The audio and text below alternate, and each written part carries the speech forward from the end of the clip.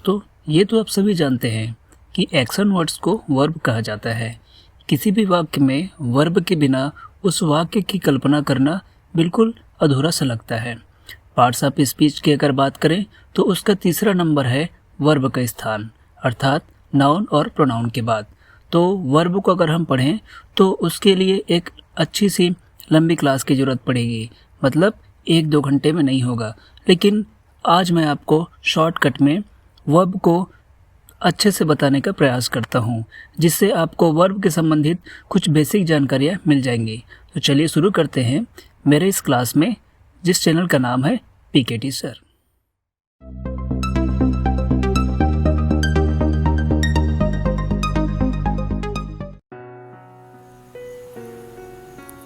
English grammar में verb को विभाजित किया जाता है उनके फंक्शन या उनके कार्य के आधार पर।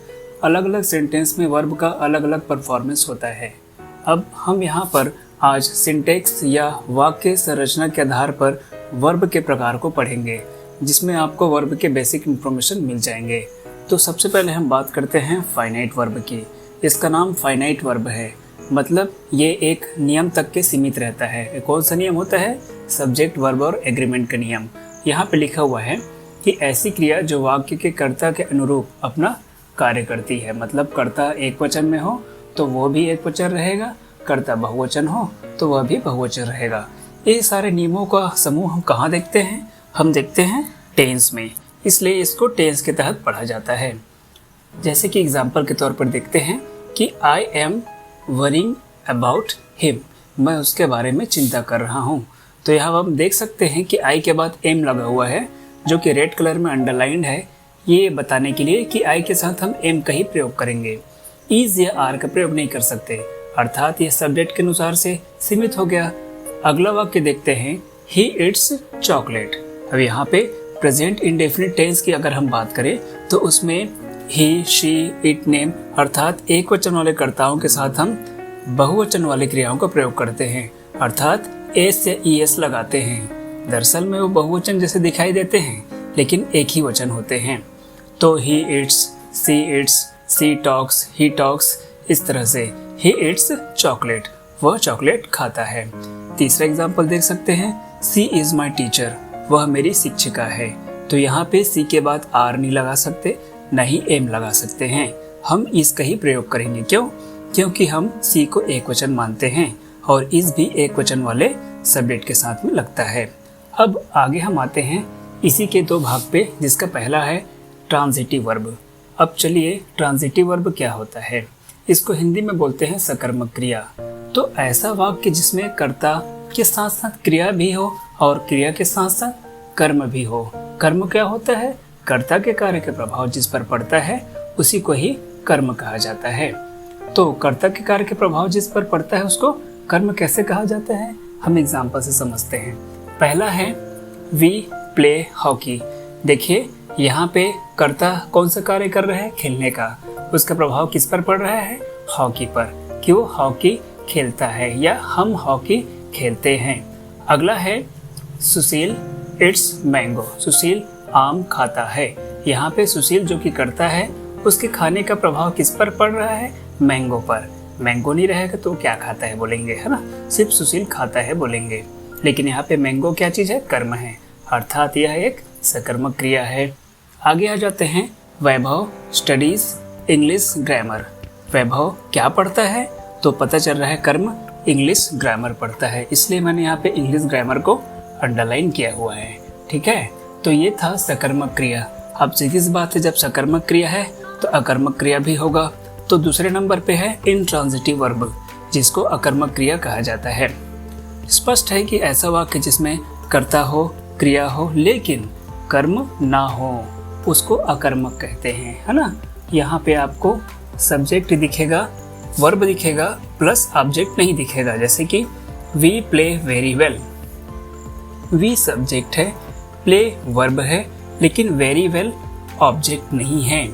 ये बस प्ले को क्वालिफाई कर रहा है, ये एक एडवर्ब है दोस्तों। ठीक है, आगे देखते हैं कि कर्म हम किसको मानेंगे? हम नाउन या प्रोनाउन बस को कर्म मानेंगे। एडजेक्टिव को, एडवर्ब को कर्म का स्थान नहीं देते हैं। आगे आ जाते हैं इसी के सेकंड एग्जाम्पल में। सी लाफ्स ऑलवेज, वह हमेशा हंसती है। तो यहाँ पे हंसने की विशेषता बताई जा रही है। वो किस पर हंसती है, कहाँ पे हंसती है, ऐसा कुछ नहीं बताया जा रहा है ना, अर्थात कर्म का भाव है। तो सी लाफ्स ऑलवेज, ठीक है।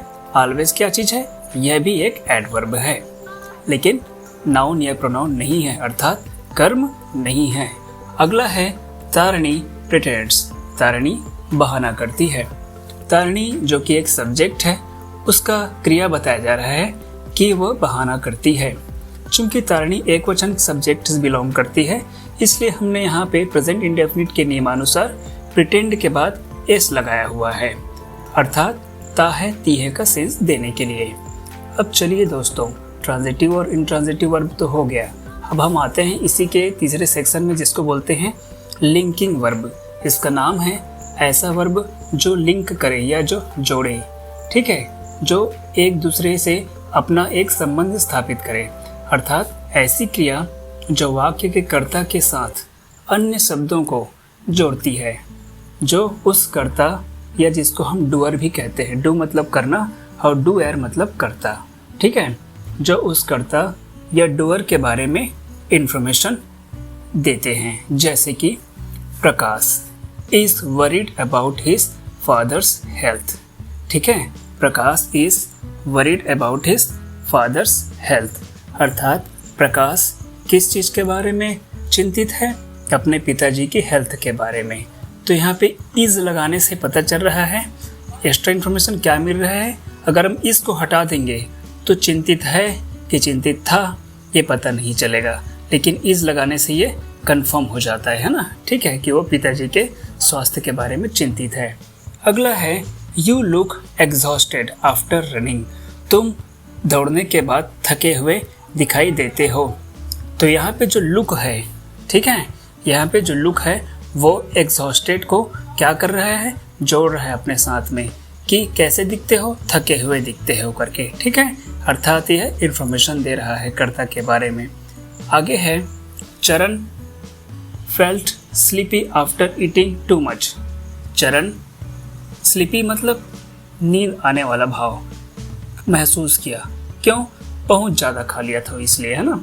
तो यहाँ पे चरण की जो बातें हैं, कि कौन सी बातें हैं, सोने वाली बातें हैं। तो क्या कर रहा है, वो महसूस कर रहा है। तो यहाँ पे जो फेल्ट शब्द है, महसूस, फील का सेकेंड फॉर्म, चरण महसूस किया, सोने जैसा महसूस किया, या चरण अलाली महसूस किया ज़्यादा खाने के बाद। तो ये आपको इन्फॉर्मेशन दे रहा है। चरण और स्लीप के बीच में एक क्या बोलते हैं हम इसको, कनेक्टर का भी काम कर रहा है। लेकिन किस रूप में कनेक्टर का काम कर रहा है, एक वर्ब के रूप में, ठीक है। तो अर्थात ये लिंक कर रहा है। आगे आ जाते हैं हम नॉन फाइनाइट वर्ब में। नॉन फाइनाइट हम लोग पहले देखा फाइनाइट, ठीक है, जो कि अपने एक नियम से सीमित था, सब्जेक्ट वर्ब एग्रीमेंट जिसको हम टेस्ट में पढ़ते हैं उसके अंतर्गत ये सीमित था।